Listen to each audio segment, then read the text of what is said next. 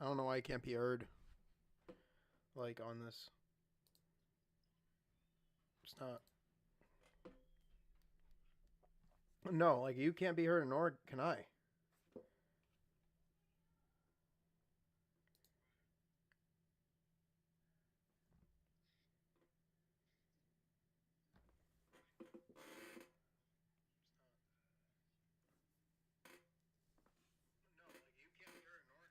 Okay.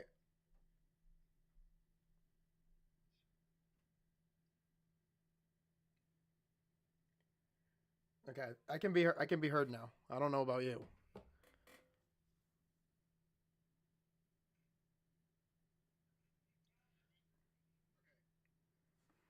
Yeah, I can be heard, but I don't think the stream can hear you. That's the.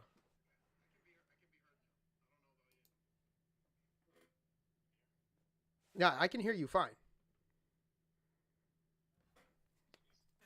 Yeah.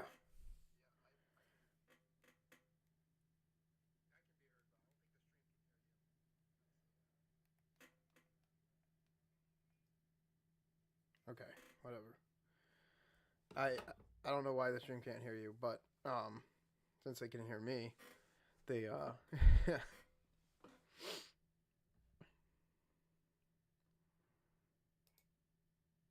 something. I did something right. So all right. Anyway, might as well just get into it. So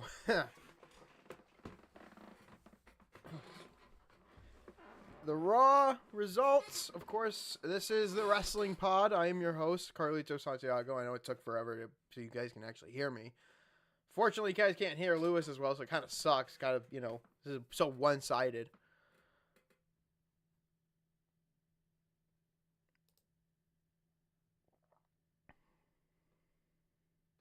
But so we had a Monday Night Raw. There's some news to also get out as well, especially for next week and how that's gonna go for us.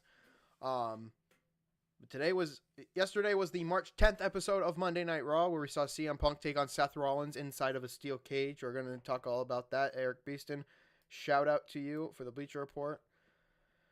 So the intensely personal feud between CM Punk and Seth Rollins wrote its latest chapter as WWE returned to, of course, the Madison Square Garden in New York for Monday Night Raw on Netflix. And there goes, there goes Lewis.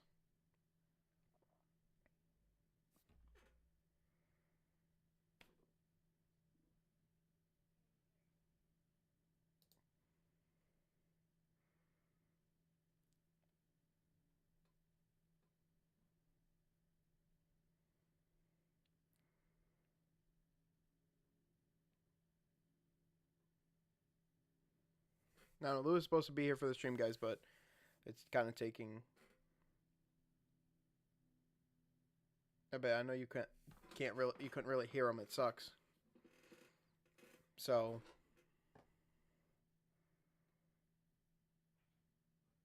I don't know what to do. So the call's just gonna end.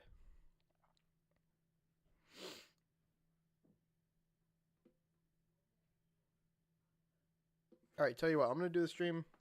I'm gonna end it. I'm gonna do the stream with the camera. So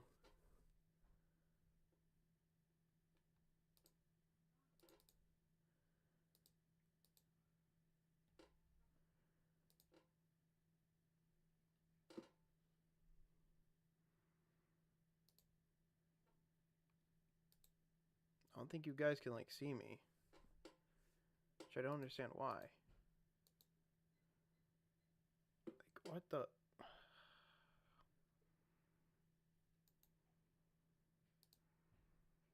Okay, hold on. Had a. Okay.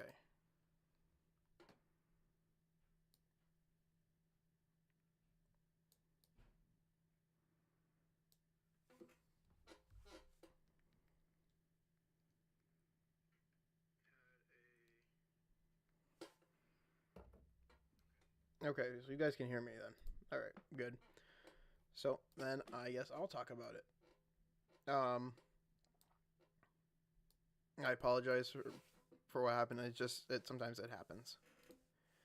So the steel cage match between the two rivals headlined a packed episode that also featured the Men's Royal Rumble winner Jey Uso in action for the first time since his triumph on February 1st, as well as AJ Styles calling out Logan Paul.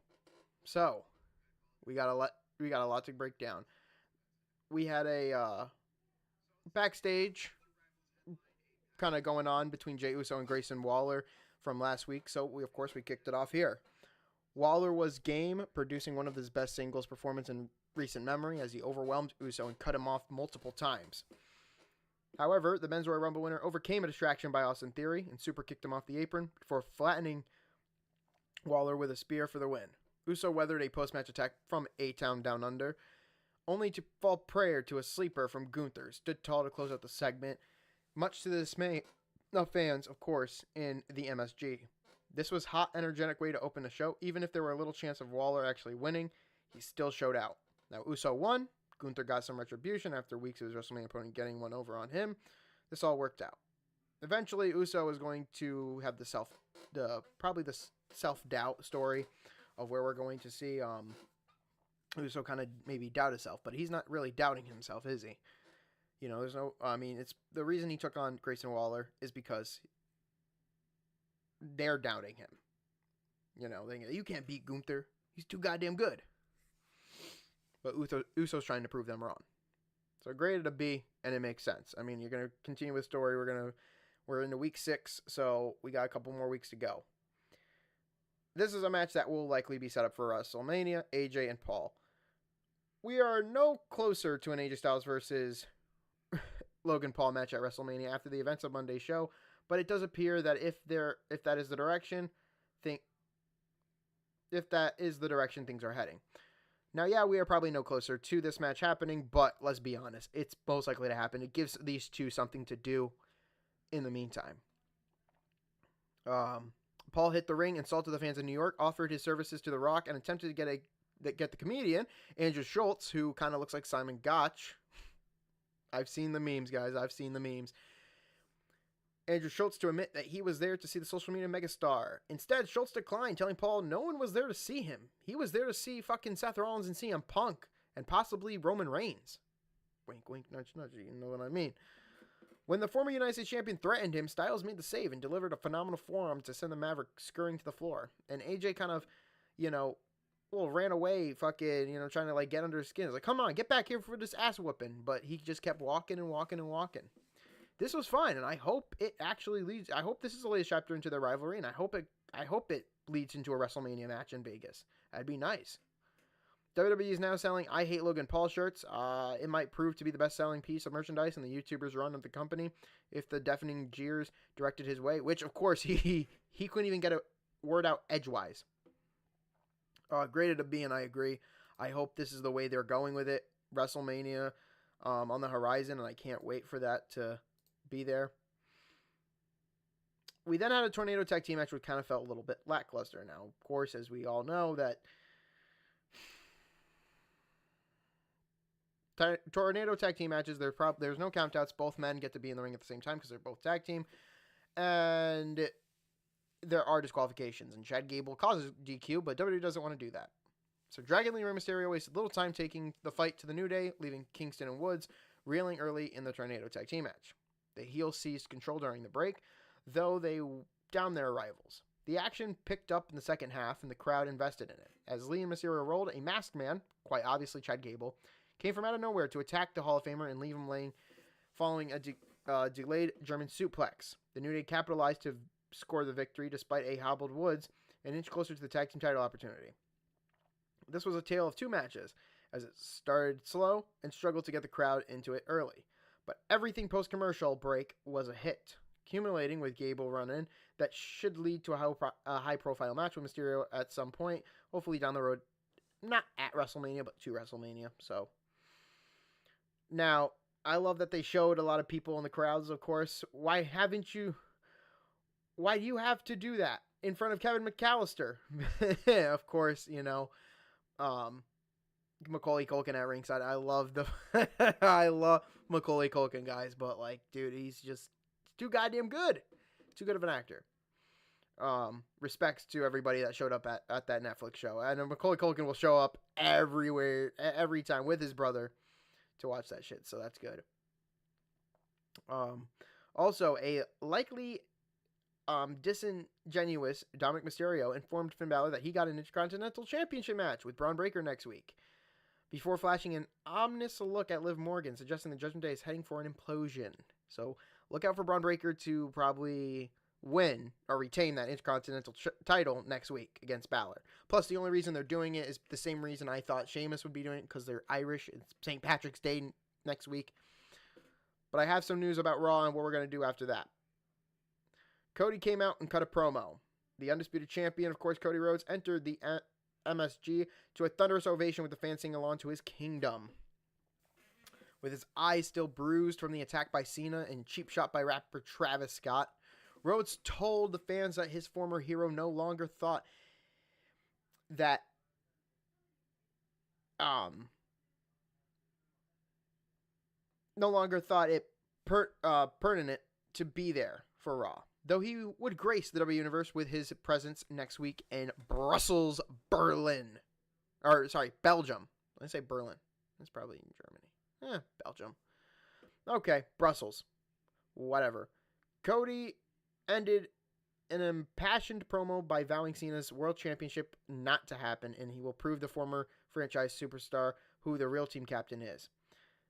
This is more mic excellence from the most captivating talker in the WWE today. Rhodes laid out the story, hyped next week's show in Belgium, and of course continued to set the scene for the biggest match of the year.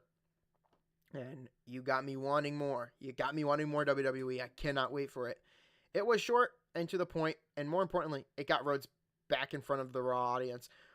One that has been missing the top star in the industry on Monday nights. Where's Gunther? Other than attacking Uso, where has he been? The champion revealed that he and Cena will be in the same building next week, so as Raw will go international, we will talk about that. Rhodes said 17 does not happen, and he will defeat his hero at WrestleMania, and Cena will find out that he is the captain now. Yeah. One match I can really skip and I don't care about is Raquel and Bayley. I just took a look at it. It doesn't really matter. It doesn't have anything to do. This is for an opportunity at the Women's Intercontinental title, which is good to have. I don't think Bayley should be given opportunities like this, especially like title opportunities. So many different title opportunities. Like, Jesus Christ, calm the fuck down with that. The match was fine, though. The crowd struggled to get into it, so, of course, it lacked interest. Like myself, it lacked interest. Raquel and Valkyria will make a interesting contest, as will the outcome. Does WWE dare book the heel to go over and set up a scenario in which Morgan chases individual gold on her own? Ooh. Or do we have the story of where Valkyria can overcome somebody as dominant as Raquel Rodriguez? We'll have to find out. Now, yes, let's be honest. Bayley is one of the workhorses in WWE. I agree. Her efforts are undeniable, and she really should be more celebrated than she is. I agree. She should be celebrated. But stop putting her in fucking title opportunities that she doesn't belong in. Yes, she is a workhorse, but her time's already passed. Her time's already passed. I'm not saying that she should put over other superstars. I'm just saying that, like, she had her chance. It went by. It was gone. It was fun, but it's gone. But she continues to be a workhorse. I'm not going to deny her that. And her efforts are undeniable. I'm not going to... That's, it's the booking that I criticize. Michael Cole interviewed Io Sky, which this whole thing should be an A. Yup, like it is. The Genius of Sky expressed her gratitude to the fans and support and her excitement heading to WrestleMania. Cole then brought out, of course, Bianca Belair. The EST apologized if Ripley felt disrespected by her last week, but she wasn't going to let mommy or anyone put her hands on her without a receipt. That's interesting now. This also brought out the former champion, and a war of words ensued. Ripley and Bianca both disrespected Io by shoving her out of her way as they continued to bicker. So, of course, we have the rivalry where it's a triple threat match, and two people are coming together, and they don't care about the other person that's involved, right? Especially if the other person is the champion, mind you. So, Io responded back by slapping both them bitches and storming off. And rightfully so. Rightfully so. So, Ripley comes off more like the heel, the big baby faces Io, and then Bianca Belair's just in lingo. So honestly, Bianca Belair could be the person to win the title, but Io could be retaining as well, especially if they want to follow up with Belair and Ripley at some point, hopefully SummerSlam, if Belair wins the title. It's a possibility. But Io Sky could retain too, and we could move forward in a different direction that WWE knows to go. If it wasn't apparent before that we are heading for a triple threat match, this is as certain it's going to be. Io being the disrespected underdog in comparison to the most dominant featured women is the right call.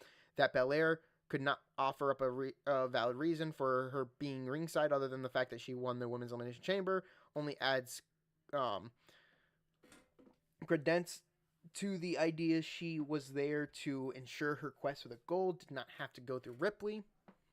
Sure. Of course, this was a strong segment that did not outright confirm the suspicions of a three-way dance, but inched the program ever so closely in that direction, and we're going to see it happen. I love that Ripley also brought up, of course, the skeletons in her closet, which, of course, was Jade and Naomi feud, which they're going to probably set up heading to WrestleMania. But then we got our main event, which sets up another triple threat match. Believe it or not, Seth Rollins, CM Punk. The rivalry between CM Punk and Seth Rollins reignited Monday night in a brilliant steel cage match that kept fans on the edge of their seats and seeped with emotion. The competitors traded finishers with neither of them being able to keep the other down. Rollins warned Punk that if he ever wanted WWE, he would have to earn it and take it from him. Punk nearly did, but Rollins fended off defeat. Late, he delivered a super stomp and a GTS of his own, only for Roman Reigns to come out, pull him out of the ring and to the floor, which, of course, as we know, escaping the cage is a victory. So, Rollins scored the victory. Woohoo! But that doesn't take away from the scene itself. Roman Reigns only for Roman Reigns to come out of nowhere and pull the Visionary out of the ring to the floor and inadvertently deliver him a victory before obliterating him in a vicious beatdown, spearing him, stomping him, and almost fucking stomping him into the steps, till officials came out. Paul Heyman checked on Punk, which led to the Tribal Chief attacking the best in the world and standing tall to close out the show. For the second consecutive segment on the show, it became readily apparent that a triple threat match at Mania is incoming. With the intersecting stories, it makes sense. Adding Heyman and his allegiances to the equation only furthers to enhance the support of the contest. Of course, with Punk having an offer. Right? The show-ending angle made for a great cliffhanger and should have fans tuning into next week to see what happens. So Rollins defeated Punk. The crowd was 70-30 in favor of Punk early, but things grew closer and dueling chants for each man, of course. Punk and Rollins going back and forth. Rollins delivered a superplex from the top of the cage that Big Boss Man and Hulk Hogan would be proud of. YouTube it, please. Punk scored a second GTS, but Rollins kicked out at 2 and a great false finish. That would have been fucking great. Back from the break, Punk sent the Visionary headfirst into the cage with a Hurricanrana, then added a GTS, but unable to follow up. Oh my god, too goddamn good. But as far as we're concerned, this Raw was fucking great. The road to WrestleMania always hits differently, with a greater sense of creative urgency at this time of the year. And this was no different, with feuds furthered and the big picture clearer than as previously. Punk, Rollins, and Reigns appears destined to dance on the grandest stage of them all, as do Ripley, Sky, and Belair. Rhodes sets his stage for a monumental night next week in Belgium, with the return of Super Cena. Uso and Gunther continue with their unfinished business. The Judgment Day hangs by a thread as Mysterio appears to be manipulating Balor. And of course, there are a number of other stories to invest in, but as far as we're certain, WWE is going to continue their ride to WrestleMania with more storylines and more captivating things that will be intriguing. A couple things I want to mention here before I let you go, and I will see you guys on Saturday for the SmackDown summary. What I want to let you guys know is that next week, or the next couple of weeks, WWE will be in, of course, they'll be in the UK for the European tour. If you haven't heard, WWE actually recently did their tour, or They announced their tour in November of 2024. So, of course, it kind of sets up for what is to be a, I guess you could say good tour. So they're going to be in Spain, Scotland, Belgium, as we know. By the end of it, they will be in England, or maybe Blackpool, Essex, who knows.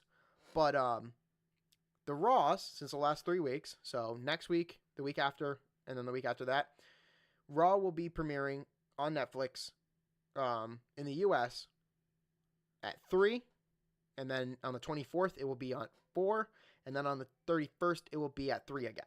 So for me, usually it's at 8, and I have to do it the next day because I get to have to catch up and watch most of the Raw. So now it makes it a little bit easier for me because I work during the day. So I'm going to try to not get spoiled on Raw. When I come back home, I'll watch it. But just know I'm not going to change up how I stream. It's going to be the same thing next week. So next week, same thing, Tuesday at 5:30 again for the Raw review. Even though Raw comes out later, I could always do the Raw review. I could always change it up. But as far as I'm concerned, I want to keep it this way. So remember, this will not change. We will do the Raw review after the Tuesday after. So nothing changes. Okay, we'll probably just do the same. What's going to change is when I watch it, because usually I watch the last bit of it when I come back from work and then start this. So I'll be able to watch it when I come home, which is great. And then SmackDown, of course, SmackDown will be no different. A lot of people will have to wait until 8 o'clock to see it, even though internationally it will start at 3. So I don't know. It'll be different, but that's big news. Also big news is that in May, towards the end of May, WWE is doing a Saturday Night Main Event, May 25th. Then that will be on the Saturday. Then the Sunday will be Battlegrounds for NXT in Tampa, and then in Tampa for both NXT and Raw and NXT, they will be doing those shows there. So we got a whole big week of wrestling right there for us, and that is big news if you are a big wrestling fan like myself. So again, European tour is coming. It starts this Friday. They're in Spain. They will make their way to Belgium, and they will make their way to Scotland, and they'll keep going through the ranks until, of course, we end up somewhere back in the U.S. back in April. So, keep an eye out for my posts. Next week, we will be setting up the WrestleMania watch-along streams. So, be prepared and look out for those. But until then, until Saturday, I'll see you guys when I see you guys.